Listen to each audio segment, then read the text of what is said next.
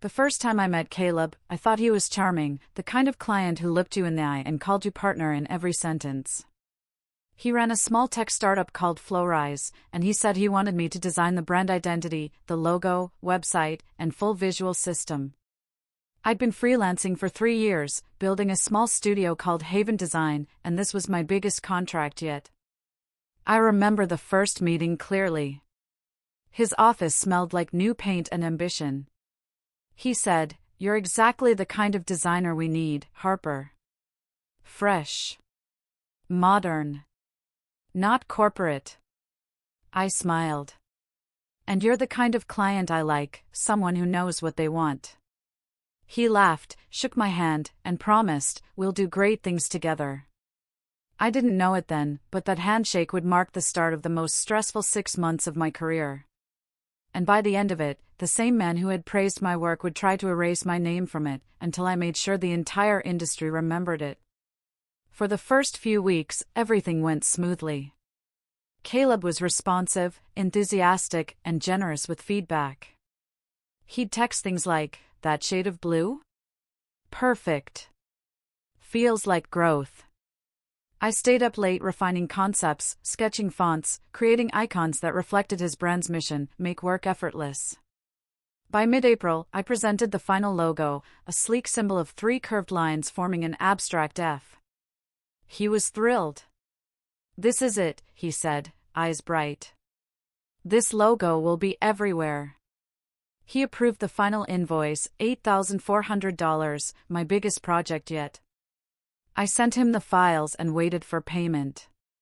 1 week passed. Then 2. When I followed up, his tone changed. "We're finalizing some funding," he said. "You'll get paid next week." Next week became next month. Then, one morning, I saw something that made my stomach drop, an ad for Flowrise beta launch flashing across my feed. My logo. My colors. My layout. Everything I had designed, live, in public, and I still hadn't been paid. I called Caleb immediately. He answered on the 3rd ring, his voice cool. "Harper," he said, "I was just about to call you." "Were you?" I asked. "Because I just saw my design being used on your product launch." He chuckled lightly. "Our design, you mean? You were hired for contract work. We own the assets." "You own nothing until you pay," I said flatly. Silence. Then a sigh. "Look, we've had budget delays. You'll get paid when the round closes. Relax." My heart pounded. "You can't legally use the design until..." He cut me off. "Legally? Harper, don't make this difficult. It's just branding. You should be proud it's out there." The call ended with me staring at my screen, shaking. That night, I pulled out the contract I'd written myself months ago. The terms were clear. Final files transfer only after full payment. Rights remain with designer until compensation is complete. He had used my work without ownership.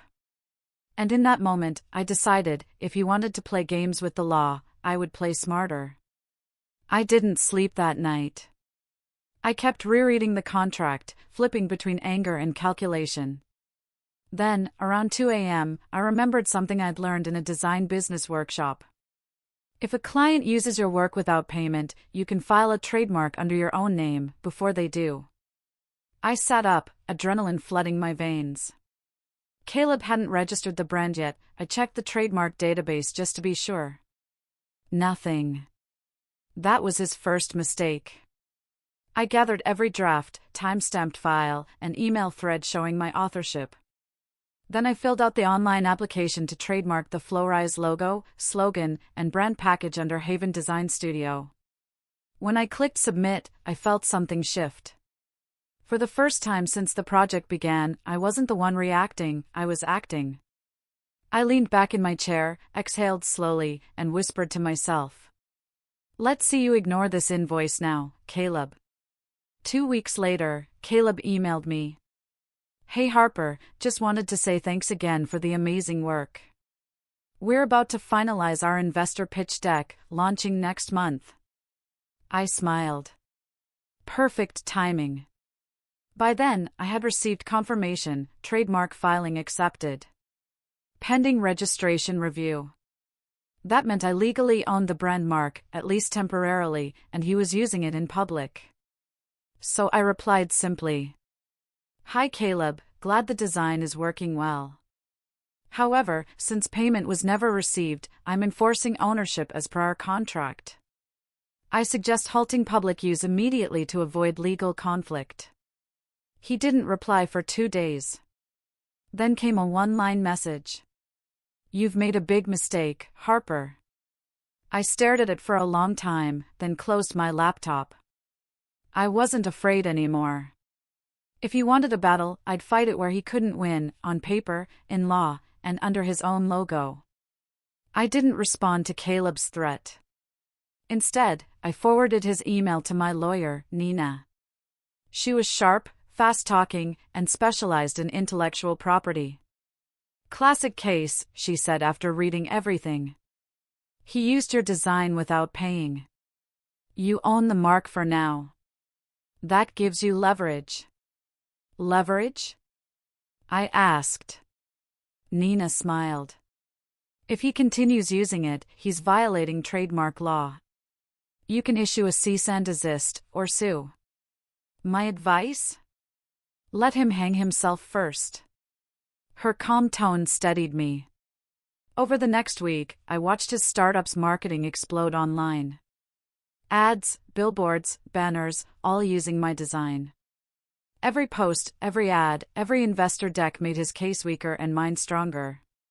Each screenshot I saved was another nail in his coffin. Meanwhile, I stayed silent. Silence makes people nervous, especially men like Caleb who expect others to beg. I didn't chase payment again. I didn't reply to his messages. Instead, I printed my trademark confirmation and pinned it above my desk like a quiet declaration of war. For the first time, I wasn't reacting to his world. He was living in mine. 2 weeks later, Caleb finally called. His voice was tighter now, the arrogance gone. "Harper, my lawyer says you filed a trademark on our logo. That's illegal." I kept my tone calm.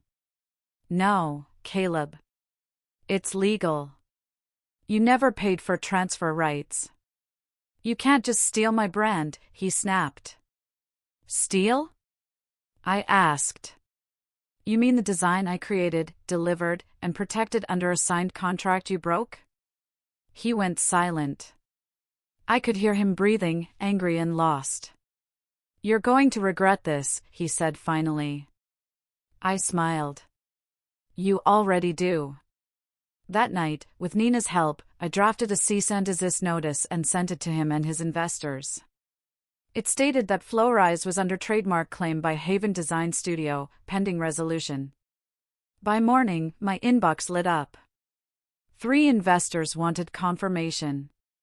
One wrote, "We can't proceed until IP ownership is clarified." Caleb wanted control. Now, he couldn't even control his own company name. The fallout came faster than I expected. Within a week, Flowrise's social media accounts went silent.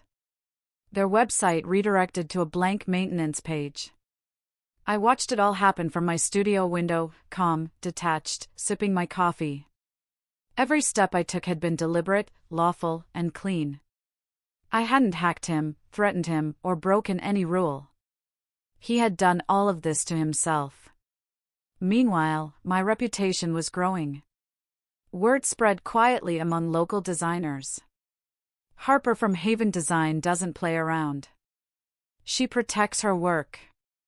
New clients started reaching out, not because of pity, but because they respected boundaries. One afternoon, I got an email from Laura, one of Caleb's investors. "We reviewed your trademark filing. Very professional. He misled us about the IP. If you ever need a reference, you've got one here." I read that line 3 times. Caleb had lost his biggest investor. And without realizing it, he had handed me his most powerful endorsement yet. A month later, I was invited to speak at a design integrity conference downtown. The organizer said, "We'd love for you to talk about creative ownership and client rights." I smiled when I saw the venue, the Belmont Center. That was the same place Caleb had held his Flowrise launch party. Fate was poetic like that. On the day of the event, I wore a simple black blazer and walked onto the stage under soft lights. The crowd was full of designers, small business owners, and startup founders. I told them the story, carefully, without naming names. How a client used my work without paying. How contracts matter. How silence can be the loudest response. When I finished, the room was quiet for a second, then applause filled it. Afterward, a young designer came up to me and said, "You made me want to protect my work too." I smiled. That's all I wanted. Across the room, near the door, I saw Caleb. He looked at me once, and left without a word. The next morning, I woke up to a new email. "Hi Harper. We're reaching out from the National Trademark Office. Your filing for Flowrise has been approved and fully registered under Haven Design Studio." I read it twice, heart-pounding. Approved. Official. Permanent. Caleb's company no longer existed. His investors had pulled out, his site was gone, and now, legally, even his brand name belonged to me. I forwarded the certificate to Nina. She called almost instantly. "Congratulations, boss lady. What's your next move?" I smiled. "Nothing. Winning is enough." Later that week, one last message arrived from Caleb. "You win. Hope you're proud." I didn't reply. I didn't need to. I closed my laptop and looked around my studio, bright, quiet, mine. That silence?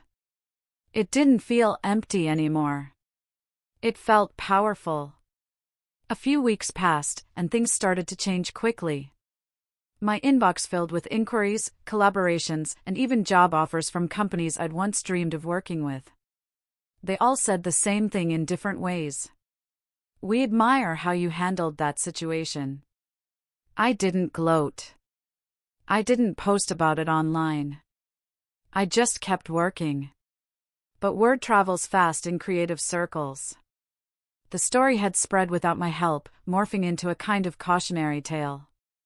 Designers whispered it in co-working spaces, the freelancer who trademarked her client's brand in one. At first, I felt embarrassed by the attention. Then I realized something: this wasn't scandal, it was respect. Meanwhile, Caleb's name started to disappear from local tech conversations. I heard through a friend that his second investor had dropped him, too. His launch never happened. The brand he'd tried to steal was now locked behind legal walls, each stamped with my name. I didn't need revenge anymore, I had reputation. When I walked through Belford's design district, people smiled, said hello, and asked for advice. That's when it hit me: I hadn't just defended my work. I'd defined my worth. One afternoon, I got a call from an unknown number. "Harper Blake," a voice said. "This is Vantage Digital. We'd like to license your Flowrise trademark for a new campaign." For a moment, I couldn't speak. "License?" I repeated. "Yes," the woman said. "We love the name and concept. It aligns with one of our clients' projects. We're prepared to make an offer." I almost laughed. The name Caleb had refused to pay for was now valuable property. "I'll have my lawyer review the terms," I said calmly. After the call, I sat there, stunned. The design that had once been a source of anger was now a source of income. By the end of the week, Vantage Digital paid $25,000 to license the trademark for a one-year campaign. I deposited the money, smiled at the balance, and closed my laptop. Some victories aren't loud, they hum quietly in your chest. Caleb had tried to save money by cheating me. Now, his unpaid invoice had become a paycheck 5 times larger than he'd ever offered. I saw Caleb again 3 months later at a local business networking event. He looked older, worn out. His confident posture was gone, his smile felt borrowed. When he spotted me across the room, he froze. For a second, I thought he'd walk away. Instead, he walked toward me. "Harper," he said softly. "Can we talk?" I nodded. He took a deep breath. "I lost everything. Investors, team, house. I shouldn't have handled things the way I did." I looked at him, studying the man who'd once dismissed me like an intern. "You didn't lose everything, Caleb," I said. "You just learned what happens when you don't respect people's work." He nodded slowly, eyes down. "You were right. I was arrogant." I almost felt sorry for him. Almost. Then he said, "I still can't believe you trademarked it." I smiled. "You gave me no choice." He laughed once, bitterly. "Guess I deserved that." I didn't reply. I just turned, shook his hand, and walked away. Sometimes closure doesn't come from revenge. It comes from knowing they finally understand. After that night, life moved forward quickly. Haven Design grew faster than I could have imagined. I hired 2 assistants, moved into a sunlit office downtown, and started teaching workshops on creative contracts and boundaries. People listened.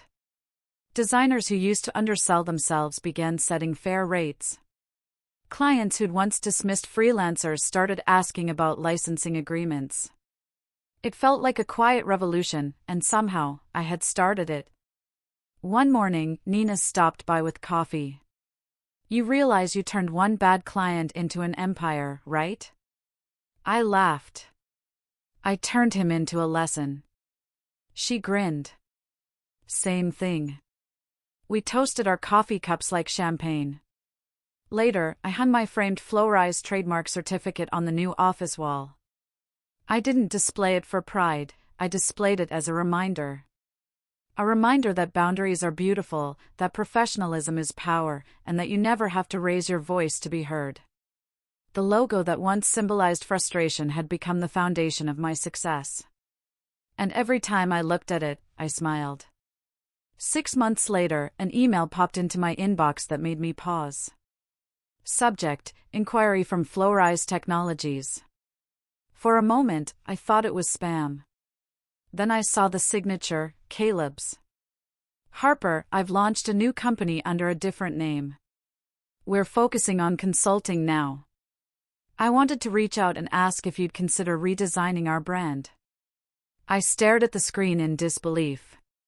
The man who once refused to pay me now wanted to hire me again. Part of me wanted to delete the email. Another part smiled at the irony. I typed back. "Hi Caleb, thanks for reaching out. I appreciate the offer, but I'm fully booked for the next several years. Wishing you all the best in your new venture." I hit send and leaned back in my chair, feeling light. Some stories don't need revenge or apology. Just distance. I turned off my computer, locked the studio, and stepped into the golden evening. Harper Blake had won. Quietly. Completely. And without ever raising her voice. The following year brought more opportunities than I could track. Haven Design wasn't just a studio anymore, it was a statement. I was invited to speak at national conferences about creative ethics, consulted for design schools, and even helped craft new policy templates for freelancer protection groups. Everywhere I went, someone brought up the story. The woman who trademarked her client's brand. It had become folklore, part cautionary tale, part inspiration. But I didn't feel like a legend. I still woke up early, brewed my coffee, and worked long hours just like before. The only difference was confidence. I knew my worth now, and no one could make me question it again. One evening, I scrolled through an article that listed Haven Design among the top 10 rising creative agencies in the country. Right beneath it, in smaller print, was a mention of Flowrise Technologies, a former startup that dissolved due to unresolved IP conflicts. I sat there, quiet for a moment, and smiled faintly. The universe really does finish what it starts. I didn't think much about Caleb anymore, but his name surfaced now and then, usually tied to something unfortunate. A friend from the tech community mentioned he tried to rebrand twice, but every time, his reputation followed him. Investors didn't trust him. Developers avoided his projects. He had become a ghost of his own creation. I didn't feel joy hearing it, just peace. There's a strange satisfaction in knowing you don't have to destroy someone, the truth does it for you. That same week, a young designer named Ariel joined my team. She was shy, talented, and too eager to please. During her first week, a client tried to lowball her on a logo package. She looked at me nervously and said, "Should I accept it?" I smiled. "No. You set your price, and you stick to it. Respect yourself first. The right clients will follow." Her eyes lit up. In that moment, I realized something. My fight with Caleb wasn't just about one unpaid invoice. It had reshaped how others saw themselves. That was the real win. The next summer, I hosted a small workshop in my studio titled Creative Work is Work. We filled every seat. Designers, photographers, copywriters, all with the same story: someone had taken advantage of them. I stood at the front, sunlight spilling through the tall windows, and told them what I'd learned. "Don't wait for permission to protect your craft," I said. "If someone disrespects your work, handle it with clarity, not anger. Let your silence and your paperwork speak louder than emotion." They listened intently. I saw tears, nods, determination. Afterward, people lingered, thanking me for giving them courage. I looked around at the space, once a one-person studio, now a movement. Harper Blake wasn't just a designer anymore. She was a standard. Later that night, Nina called and said, "You could write a book about this."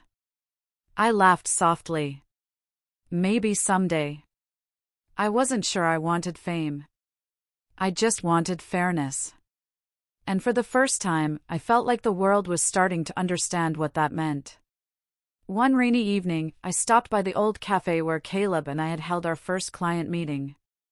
It looked smaller now, quieter. The table we'd sat at was still there, tucked by the window. For a while, I just sat, remembering how nervous I'd been that day, how eager to please, how desperate for validation. Now, I owned my own building. I employed a team. My name carried weight. When the waitress came by, she said, "You're Harper Blake, right? The designer?" I smiled. "Yes.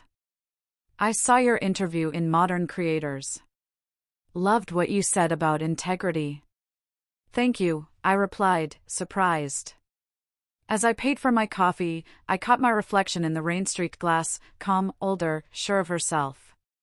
The girl who once let a client walk all over her was gone. And in her place stood a woman who built boundaries out of courage and turned them into art. 6 months later, Nina sent me a news article link. The headline read, "Former startup founder faces lawsuit over new IP dispute." Caleb again. He tried to launch a consulting app, and apparently, he'd reused a design from another creator, without paying. History had repeated itself. Only this time, I wasn't the victim. Someone else was standing up for their rights, armed with contracts, emails, and proof, the way I once had. I scrolled to the comments section, and one caught my eye. "Guess he never learned. Should have hired Harper Blake instead." I laughed quietly. It wasn't joy, it was closure. Caleb's downfall wasn't dramatic. It was quiet, like mine had been. Only this time, the silence didn't belong to him. It belonged to me, steady, peaceful, and permanent. I closed my laptop, turned off the studio lights, and looked around the space that had once been just a dream. Some stories end with noise. Mine ended with power. The following spring, I got invited to speak at a global creative summit in New York. The theme was ownership and voice in the modern age. I stood in a glass-walled auditorium, looking out at hundreds of artists, freelancers, and entrepreneurs. People from all over had come to listen, not to some celebrity, but to a designer who once got cheated and refused to stay quiet. When I stepped on stage, the applause surprised me. It wasn't loud or wild, it was steady, respectful. I told my story again, this time with a calm confidence I hadn't felt before. How you respond to unfairness defines your career, I said. You can shout, or you can strategize. Silence backed by evidence is louder than anger. After the talk, a young woman approached me. Your story kept me from quitting, she said. A client tried to underpay me last month. I used your contract model, and he backed off. I smiled. Good. That means it worked. For the first time, I realized something simple but true. Justice doesn't echo when you shout it. It multiplies when you live it. Back home, I decided to take a break from work and travel for a few weeks. I went to Florence, where art and architecture blend like poetry. Walking through those old cobblestone streets, I thought about how many artists before me had fought for ownership, painters who never got credit, sculptors whose work was stolen. It wasn't new. It was ancient. Standing in front of a marble statue, I whispered, they learned too late what I learned early, protect your name. I spent days sketching again for the first time in years, not for clients, not for money, just for joy. One morning, I opened my email and found a message from a major publishing house. We'd like to discuss a book proposal about your story and lessons for creative ownership. I stared at it for a long moment, smiling. Maybe it was time. Not to relive the past, but to help others guard their future. The journey that began with Betrayal was now shaping an entire industry. And I hadn't even finished writing its final chapter yet. A year later, the book came out. The blueprint, how I took back my work and built my power. It became a quiet success. Not viral, not loud, just steady, like everything I'd built. Emails poured in from across the world. Artists, engineers, photographers, people who'd been dismissed, underpaid, or silenced. They all said the same thing. Your story gave me courage. That meant more than any award. At the launch event, I stood beside a large print of the Flowrise logo, the very symbol that had started everything. A journalist asked, "Do you ever regret trademarking it?" I thought for a moment and said, "No.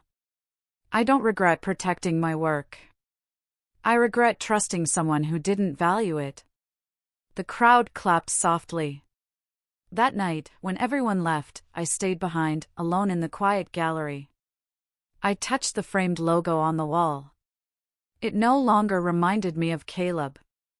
It reminded me of Harper, the woman who refused to be erased. One morning, Nina stopped by my office with her usual grin and 2 cups of coffee.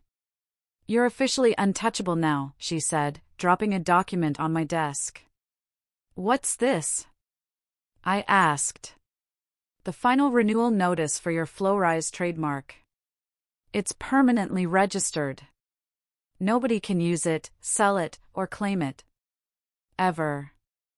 I smiled. "Guess that's one chapter officially closed." "Maybe," Nina said. "But you've started something bigger. You know there's a Harper clause now?" I laughed. What?" She nodded. Design forums use your name for a contract term that says designers keep ownership until paid in full. They call it the Harper clause. I just sat there, stunned. All the pain, all the sleepless nights, turned into something that would protect others long after I was gone. I raised my cup. To justice. Nina grinned. To power.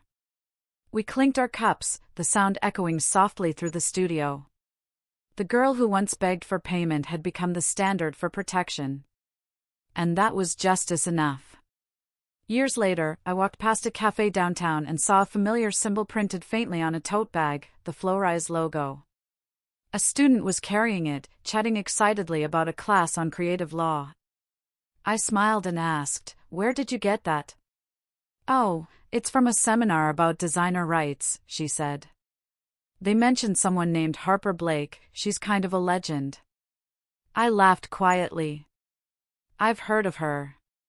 She smiled and walked off, and I stood there for a long time, watching her disappear into the crowd. The air smelled of rain and coffee, just like that first day I'd met Caleb. Only now, everything was different. Back then, I was a freelancer begging to be respected. Now, I was a symbol of what happens when respect meets resolve. I took a deep breath, stepped into the sunlight, and walked away without looking back. The world finally knew my name. And this time, no one would ever take it away again.